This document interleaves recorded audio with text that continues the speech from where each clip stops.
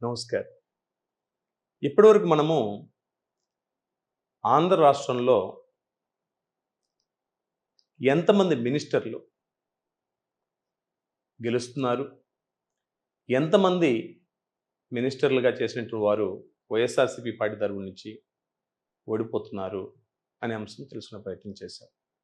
ఇప్పుడు ఆంధ్ర రాష్ట్రంలో ఉన్నటువంటి 25 పార్లమెంటు నియోజకవర్గాల నుండి పోటీ చేస్తున్నటువంటి ప్రధాన పార్టీల అభ్యర్థులు ఎవరు గెలుస్తున్నారు అనే అంశం క్లుప్తంగా సూటిగా తెలుసుకునే ప్రయత్నం చేద్దాం. ఆంధ్ర రాష్ట్రంలో 25 పార్లమెంటు స్థానాల్లో ఆయా పార్టీల అభ్యర్థులు పోటీ చేస్తున్నారు. వీరిలో ప్రధానంగా మెజార్టీ తీసుకున్నట్లయితే టీడీపీ పార్టీ నుండి ఎక్కువగా అత్యధికంగా 13 మంది గెలుస్తున్నారని చెప్పుకోవచ్చు. అలాగే వైఎస్ఆర్‌సీపీ పార్టీ నుండి 6 గెలిచే అవకాశం ఉందని చెప్పుకోవచ్చు. అలాగే బీజేపీ నుండి 4, జనసేన నుండి 2 పార్లమెంటు నియోజకవర్గాల నుంచి ఎంపీలుగా గెలిచే అవకాశం ఉందని చెప్పి తెలుస్తుంది.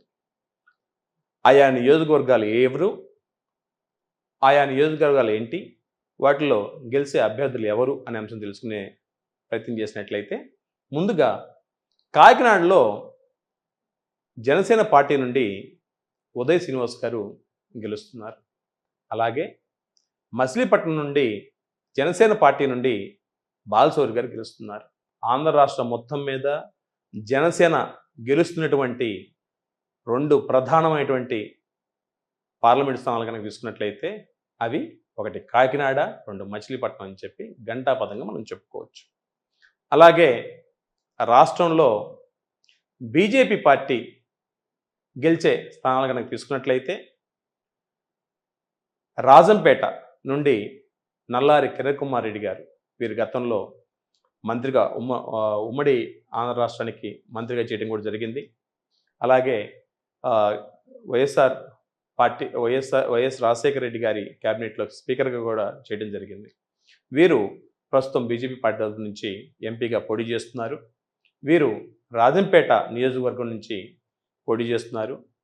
ఈ రాజంపేటలో బీజేపీ పార్టీ క్యాండిడేట్ అయినటువంటి నల్లారి కిరణ్ కుమార్ రెడ్డి గారు గెలుస్తున్నారని చెప్పుకోవచ్చు. అలాగే నర్సాపురం నుంచి శ్రీనివాస వర్మ గారు బీజేపీ క్యాండిడేట్ గెలుస్తున్నారు. అలాగే రాజమండ్రి నుండి పురంధేశ్వరి గారు బీజేపీ పార్టీ నుండి గెలుస్తున్నారని చెప్పుకోవచ్చు. అలాగే అనకాపల్లి పార్లమెంటు నియోజకవర్గం నుంచి సీఎం రమేష్ గారు బీజేపీ పార్టీ క్యాండిడేట్గా గెలుస్తున్నారని చెప్పుకోవచ్చు. సో ఆ రకంగా తీసుకున్నట్లయితే రాష్ట్రంలో మొత్తం 4 పార్లమెంటు స్థానాల నుండి బీజేపీ పార్టీ గెలవబోతుందని చెప్పుకోవచ్చు. ఆ 4 ప్రధాన స్థానాలు ఏంటి అని చెప్పి తీసుకున్నట్లయితే, 1 రాజంపేట నల్లారి కిరణ్ కుమార్ రెడ్డి గారు, నర్సాపురం శ్రీనివాస్ వర్మ గారు, అలాగే రాజమండ్రి పురంధేశ్వరి గారు, అనకాపల్లి సీఎం రమేష్ గారు ఈ 4 నియోజకవర్గాల్లో బీజేపీ పార్టీ నుంచి గెలుస్తున్నారని చెప్పవచ్చు. అలాగే వైఎస్ఆర్‌సీపీ పార్టీ కనుక తీసుకున్నట్లయితే వైఎస్ఆర్‌సీపీ పార్టీ తరపు నుంచి నంద్యాల, కడప, తిరుపతి, ఏలూరు, విజయనగరం, అరకు పార్లమెంట్ స్థానాల్లో వైఎస్ఆర్‌సీపీ పార్టీకి సంబంధించినటువంటి క్యాండిడేట్స్ గెలిచే అవకాశాలు మెండుగా ఉన్నాయని చెప్పుకోవచ్చు. ముఖ్యంగా నంద్యాల నుండి బ్రహ్మానంద రెడ్డి గారు వైఎస్ఆర్‌సీపీ పార్టీ నుంచి గెలుస్తున్నారు. కడప నుండి వైఎస్ అవినాష్ రెడ్డి గారు గెలుస్తున్నారు. తిరుపతి నుండి గురుమూర్తి గారు గతంలో కూడా ఎంపీగా చేయడం జరిగింది, వీరు మరలా గెలుస్తున్నారు. ఏలూరు నుండి కారుమూరు సునీల్ గారు గెలుస్తున్నారు. అలాగే విజయనగరం నుండి బెల్లన చంద్రశేఖర్ గారు గెలుస్తున్నారని చెప్పుకోవచ్చు. అలాగే అరకు నుండి తనుజా నాయుడు గారు వైఎస్ఆర్‌సీపీ పార్టీ నుంచి గెలుస్తున్నారని చెప్పుకోవచ్చు. తెలుగుదేశం పార్టీ నుండి రాష్ట్రంలో ఏ స్థానాల అభ్యర్థులు గెలిచే అవకాశం ఉంది అని చెప్పి తీసుకున్నట్లయితే, కర్నూలు నుండి నాగరాజు గారు గెలుస్తున్నారు. అనంతపురం నుంచి నారాయణ గారు గెలుస్తున్నారు. హిందూపురం నుంచి బికే పార్థసారథి గారు గెలుస్తున్నారు. చిత్తూరు నుంచి ప్రసాదరావు గారు గెలుస్తున్నారు. నెల్లూరు నుంచి వేమిరెడ్డి ప్రభాకర్ రెడ్డి గారు గెలుస్తున్నారు. ఒంగోలు నుండి మాగుంట శ్రీనివాస్ రెడ్డి గారు గెలుస్తున్నారు. బాపట్ల నుండి కృష్ణప్రసాద్ గారు గెలుస్తున్నారు.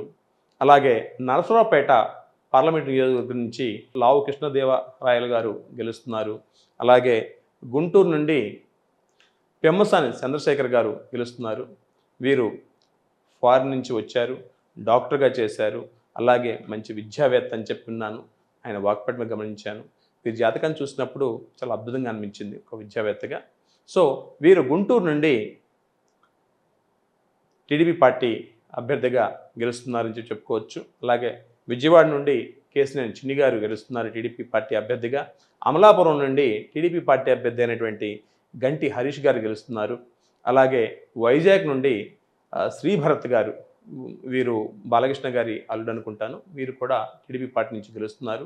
అలాగే శ్రీకాకుళం నుంచి కింజరపు రామ్మోహన్ నాయుడు గారు, ఎర్రనాయుడు గారి అబ్బాయి ఎంపీగా గెలుస్తున్నారని చెప్పుకోవచ్చు.